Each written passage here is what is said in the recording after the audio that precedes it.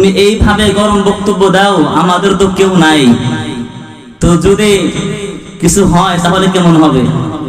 এরকম পর্বে পর্বে ধাপে ধাপে তার ভালোবাসা আমাদের জীবনে লেগে আছে। আজকে আমরা তাকে হারিয়েছি, আর অনেক মানুষকে আমরা হারিয়েছি। সকলের জন্য আমরা দোয়া করব ইনশাআল্লাহ। আজকের এই অনুষ্ঠান আপনাদের কেমন লেগেছে? এই অনুষ্ঠান আপনাদের সন্তানরা করেছে, আয়োজন করেছে, ঠিক না? কয়েক লক্ষ টাকা এখানে ব্যয় হয়ে যাবে। আপনাদের সন্তানরা যারা প্রবাসে থাকেন তারা কি পরিমাণ শ্রম দিয়েছেন, এবং যারা স্থানে আছেন তারা কি পরিমাণ শ্রম দিয়েছেন। একটা সময় আমি যখন এই প্রাথমিক বিদ্যালয়ে পড়েছি, সেই সময় আমাদের অঞ্চলে যাত্রা ফাত্রা হইতো, ঠিক না ঠিক? যাত্রা ফাত্রা হইতো। তো আপনাদের সন্তানরা এই যাত্রা এগুলি না করে ইসলামী সাংস্কৃতিক অনুষ্ঠান, সুস্থ সাংস্কৃতিক অনুষ্ঠান আপনাদের জমিনকে আপনাদেরকে উপহার দিচ্ছেন। এজন্য আপনারা কি বেজার না খুশি? খুশির যে আওয়াজ করলেন, বেজার না খুশি? কে কে এই প্রতিষ্ঠান, এই হিলফুল ফুজুলের উদ্যোগে এই মাঠে কিয়ামত পর্যন্ত অনুষ্ঠান হবে, আর আপনি আর আমি কবরে গিয়ে গিয়ে সেই সওয়াব পাবো, এই আশা কার কার আছে? দুই হাত তুলে আল্লাহকে দেখান। নারায়ে তাকবীর, লিল্লাহি তাকবীর। হাত নামান। আল্লাহ পাক রব্বুল আলামিন আমাদের এই সংগঠনের উদ্যোগে আরো ইসলাহের সাথে উলামায়ে কিরামের তত্ত্বাবধানে কিয়ামত পর্যন্ত এই সংগঠনকে আল্লাহ তাআলা কবুল করেন। আল্লাহ পাক রব্বুল আলামিন এই সংগঠনের উসিলায় আমাদের যত মুরব্বিয়ানে কিরাম দুনিয়া থেকে চলে গেছেন তাদের কবরগুলোকে জান্নাতের টুকরা বানায় দেন। সকলে পড়ুন আমিন। এবং সংগঠনের সাথে যারা জড়িত আছেন সব দিক থেকে আল্লাহ পাক রব্বুল আলামিন তাদের সকলকেই সহি সালামতে দীর্ঘনেক হায়াত দারাজ করেন। সকলে পড়ুন আমিন। মুহতারাম হাজরিন, সর্বপ্রথম মহান আল্লাহ পাক রব্বুল আলামিনের দরবারে কালিমাত শুকর আদায় করছি যে মহান রব্বুল আলামিন আপনাকে আমাকে এখানে আসার বসার তৌফিক দান করেছেন। সেজন্য একবার শুকরিয়া জ্ঞাপন করে সকলে পড়ি আলহামদুলিল্লাহ। লক্ষ করি দরুদ ও সালাম হাবিবে কিবরিয়া আশরাফুল আম্বিয়া রাসূল আরবি সাল্লাল্লাহু আলাইহি ওয়াসাল্লাম। সকলে পড়ুন সাল্লাল্লাহু আলাইহি ওয়াসাল্লাম। মুহতারাম হাজরিন, খুবই অল্প সময়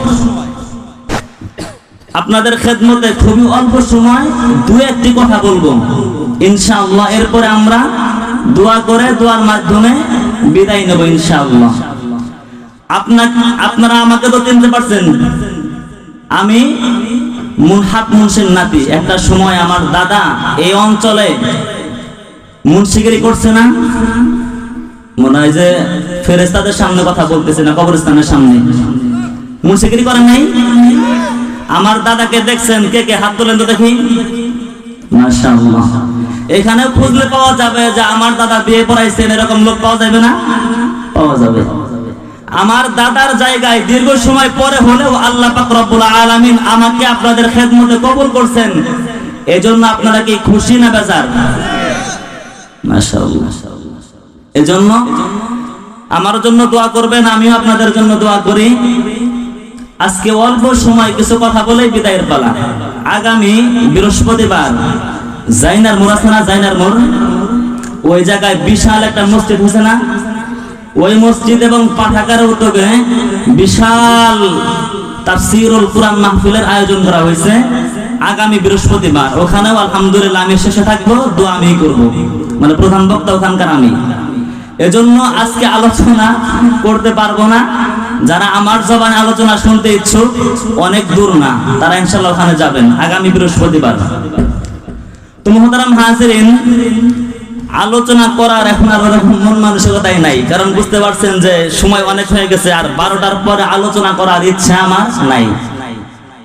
তো এরপরেও আমি আপনাদের খেদমতে দু একটি কথা পবিত্র কুরআনুল কারীমের 102 নম্বর সূরা পবিত্র কুরআনুল কারীমের 30তম পারার 21 নম্বর পৃষ্ঠার শেষের দিকে শেষের সূরাটা আমি তেলাওয়াত করেছি।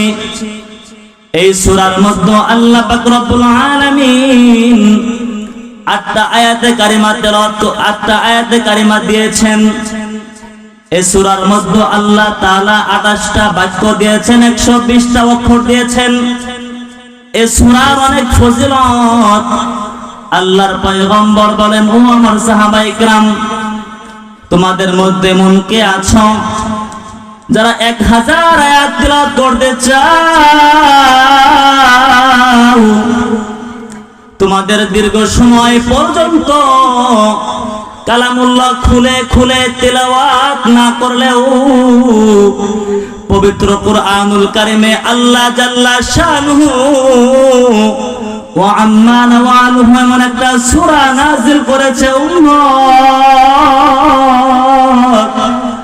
যেই সূরা তুমি যদি তোমার জবান দ্বারা একবার তেলাওয়াত করতে পারো তাহলে আল্লাহ পাক রব্বুল আলামিন এই 8টা আয়াত তেলাওয়াত করার বদলতে আল্লাহ তাআলা তোমার আমলনামায় 1000 আয়াত তেলাওয়াত করার সওয়াব দান করিয়া দিবে।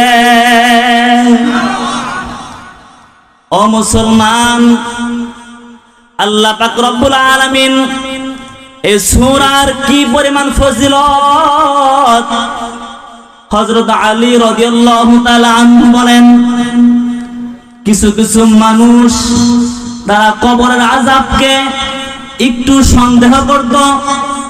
আল্লাহ পাক রব্বুল আলামিন সূরা তাকাসুর নাযিল করে বলে কবরের আযাবের বিষয়ে পরিষ্কার করে দিয়েছেন। কবরের আযাব আছে না নাই? আর একটু আওয়াজ করে বলেন, আছে না নাই? কবরের আওয়াজ সত্য, কবরের আযাব সত্য। কবরের আযাব হবে, আপনার মৃত্যু হবে, আমার মৃত্যু হবে, কি হবে না? আমারও মৃত্যু হবে। আল্লাহ বলেন, কুল্লু মান আলাইহা ফান ওয়া ইয়াবকা ওয়াজহু রাব্বিকা যুল জালালি ওয়াল ইকরাম। কুল্লু মান আলাইহা ফান ওয়া ইয়াবকা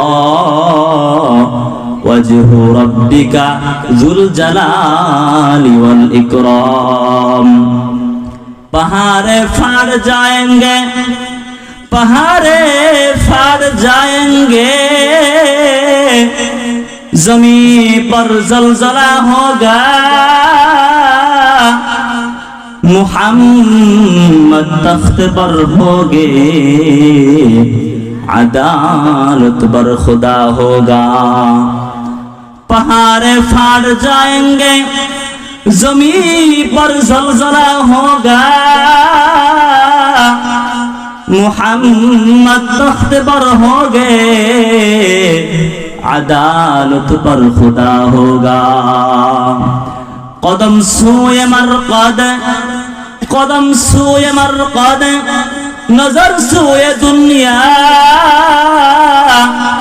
किधर जा रहा है, किधर देखता है, किधर जा रहा है, किधर देखता है।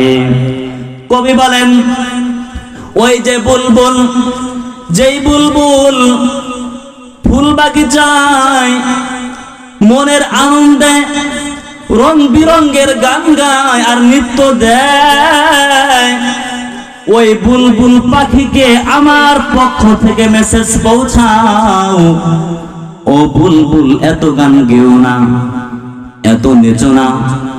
তুমি যেই বাগানে রং বিরঙ্গের গান গাচ্ছ আর নৃত্য দিচ্ছ, এই বাগান একদিন বিরান হয়ে যাবে, এই বাগান একদিন শেষ হয়ে যাবে। কদম সুয়ে মরকদ, নজর সুয়ে দুনিয়া। কবি বলেন, ও মানুষ, তোমার কদম, তোমার পদযুগল তো কদম তো সব সময় কবর দিকে চলে, ঠিক নেবে ঠিক। কদম সুয়ে মরকদ, তোমার পদযুগল তো কবরের দিকে দৌড়ায়।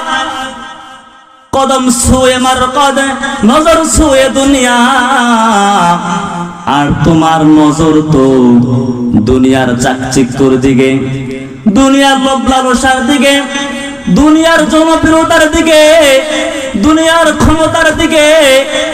কদম ছুঁয়ে মার কদে, তোমার পদযুগল তো চলে কবরের দিকে, আর তোমার নজর তো দুনিয়ার মিল ফ্যাক্টরি, বলে এই দুনিয়ার গাড়ি বাড়ি নারী এগুলির দিকে। কদম ছুঁয়ে মার কদম নজর ছুঁয়ে দুনিয়া। ও মুসলমান, মাঝে মধ্যে দেখবেন ছোট বাচ্চাকে কোথাও যদি দাওয়াত খাওয়ানোর জন্য নিয়ে যান, ছোট বাচ্চাকে যদি সাথে করে পথগুলি চলেন, দেখবেন একটু পর পর ছোট বাচ্চা দাপাস দাপাস পরে কি পরে না? ময়দান থেকে আওয়াজ চাই, পরে কি পরে না? আরেকটু জোরে পরে কি পরে না? কেন পরে জানেননি? ছোট বাচ্চা পড়ার অনেক কারণ আছে, এর মধ্যে সবচেয়ে বড় কারণ হলো ছোট বাচ্চা যায় একদিকে তাকায় আর একদিকে, ঠিক না ঠিক? ও মুসলমান আওয়াজ করে বলেন, যায় একদিকে তাকায় আর একদিকে, ঠিক না ঠিক? তার মানে যাচ্ছে একদিকে তাকাচ্ছে আর একদিকে, কারণে পড়ে যায়। কবি বলেন কদম ছুঁয়ে মার কাঁদে নজর ছুঁয়ে দুনিয়া। ও মানুষ, যাচ্ছ কবরের দিকে, তোমার নজর হচ্ছে দুনিয়ার লোভ লালসার দিকে, তাহলে তুমি তো বিপদে পড়ে যাবে। ছোট বাচ্চা যেমন পড়ে যায়, তুমি তো পুলসিরাতে পড়ে যেতে পারো।